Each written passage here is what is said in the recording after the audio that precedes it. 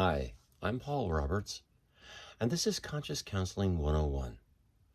And I won't read the letters of emails that have been sent to me on this particular one, but I'll just say that this man has been troubled because he's made a few decisions in life that have ended up in prison. He's made some decisions on his own, made his own rules, lived life the way he wanted to, had a few bad things happen to him. Didn't mean to harm anybody, but some things went against him and he ended up having a really hard life. He's 66 years old. So let's just speak to this as a friend. I'm almost 60. I'm almost your age. And I haven't gone to prison or had the types of difficult experiences as you've had. But it's very funny to say that even though I've been free, every day of my life, I asked you if you had a religious belief. And you said raised Catholic, but Christian. Every day of my life has been a trial, has been a burden, has been an effort, a huge effort. And yeah, it wasn't like forced on me by society the way yours was, where you had to be a certain way because they came down on you like a ton of bricks. But I'm a very conscious individual. I'm an analytical artist. I'm a philosopher. I'm a person who realizes more than your standard person does. I basically try to make sense out of every single thing that happens to me and everyone throughout all time, and try to be prophetic about the future if possible. I mean, why not try, right? I'm not making any bold claims here. It's just that I believe let's do everything we possibly can. And I think you said that if you weren't for your belief in God, you would have died. So I guess you've done everything you possibly can with your difficult circumstances as well. You somehow felt that there must be something more important, or this all has to have a reason. So as hard as you paint your picture of your life, let me just paint you a picture so that I can identify, being about the same age, the picture of my life. I have been consciously aware of what's going on and dealing with it. And I'm doing what I'm calling, and what Jesus called, bearing your cross daily. If you're not willing to bear your cross and deal with what is laid upon you, which can never be more than you could possibly handle, right? Other than that, if it is, you'd be dead and you'd be taken away. If you're bearing your cross daily, it's hard work. You're not trying to get around it with vices and running here and there and doing whatever. You're saying, oh my goodness, this is what it is that I have to endure.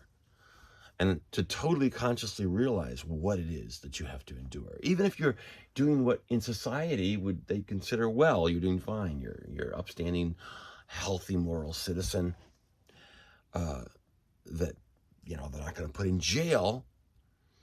I'm aware of all the slings and arrows that the misnomers of mankind sling upon me.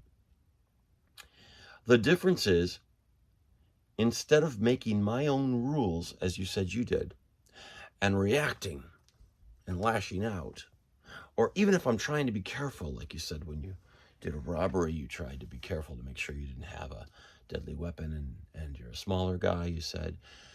And thanks for the extra details, because this helps to relate a little bit more to who you are so that I can talk to you a little more effectively. You had some things that you made some choices to lash out at the hostility that I'm telling you about is really not really a hostility. The world and the way it's made and designed and it affects us all so negatively is really part of having to be physical in this world and exist and bear our cross if we so choose to.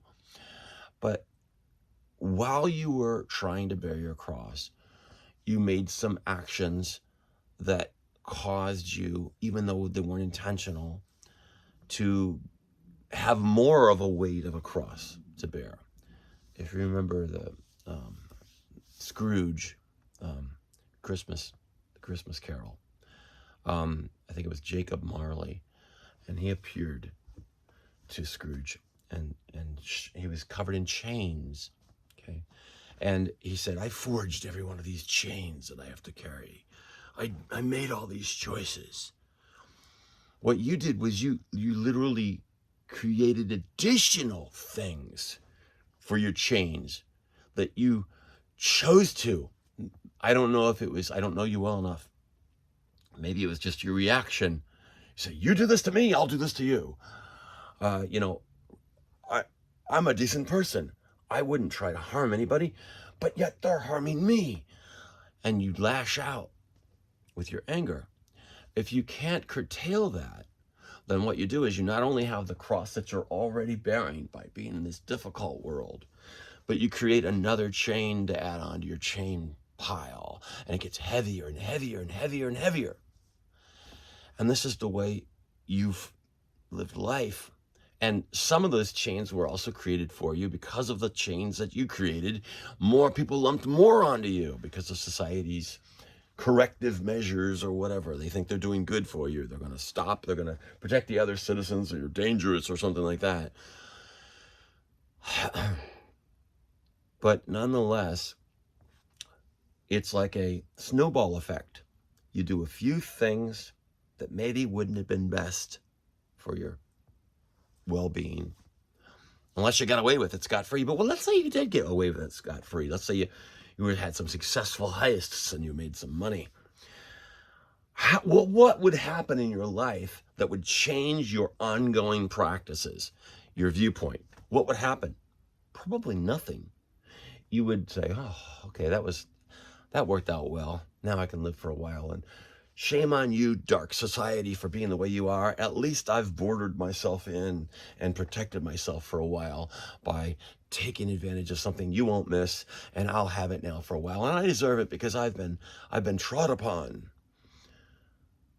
But what you had to do in order to make a gain while you're bearing your cross is somehow, some way, place yourself first. Somehow, some way. Even if you withdrew then and said, okay, I won't be in any trouble with anybody now. I have what I need for a while.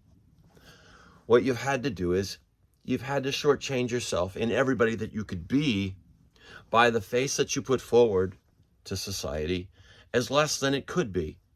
So they've caused you to forcibly bear the cross that they would deem for you to bear, instead of the one that you could have chosen to bear and worked towards. And it might have been more bearable. But here's the beauty of it. Regardless, that's all water under the bridge. That's all past.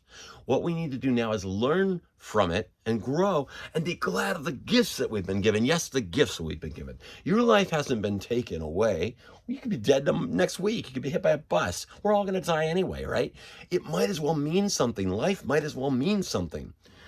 And even though I've got this life of heightened conscious wisdom and this long track of consciously looking at everything and everybody and everything I do and trying to not lighten my load, not trying to avoid my cross bearing, but not make it heavier or cause more heaviness than I would have done myself. I mean, hey, I could be falsely convicted of something tomorrow and I could end up where it's all taken away, even though I didn't do anything, right?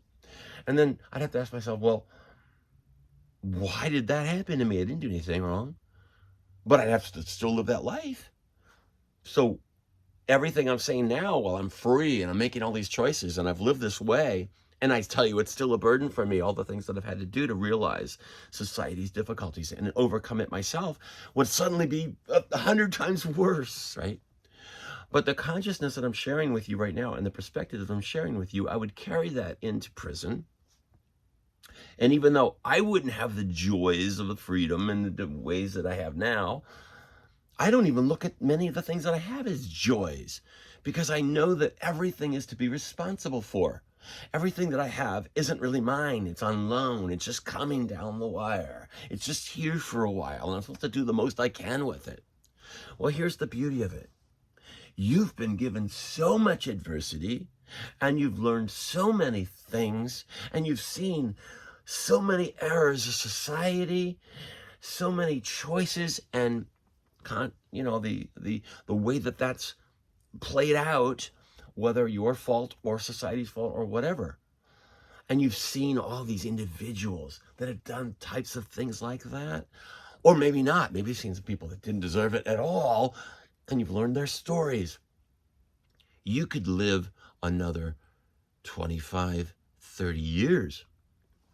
Think of yourself as a baby right now. Don't think of losing your whole life. Think of all that was a preparatory time.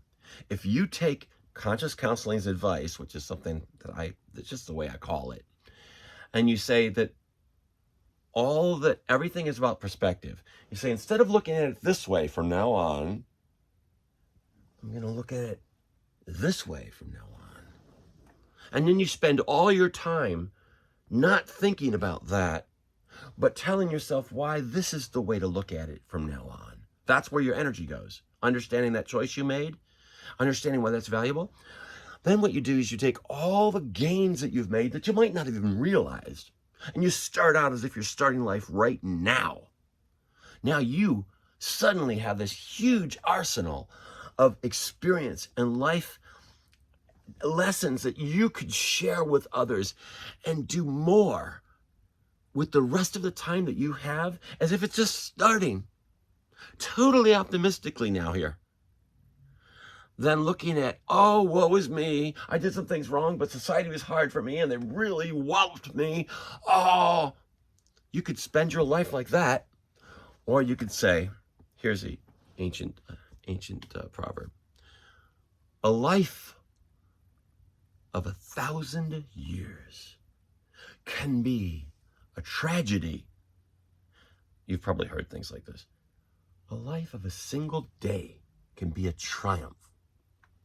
You could have a life of 30 more years.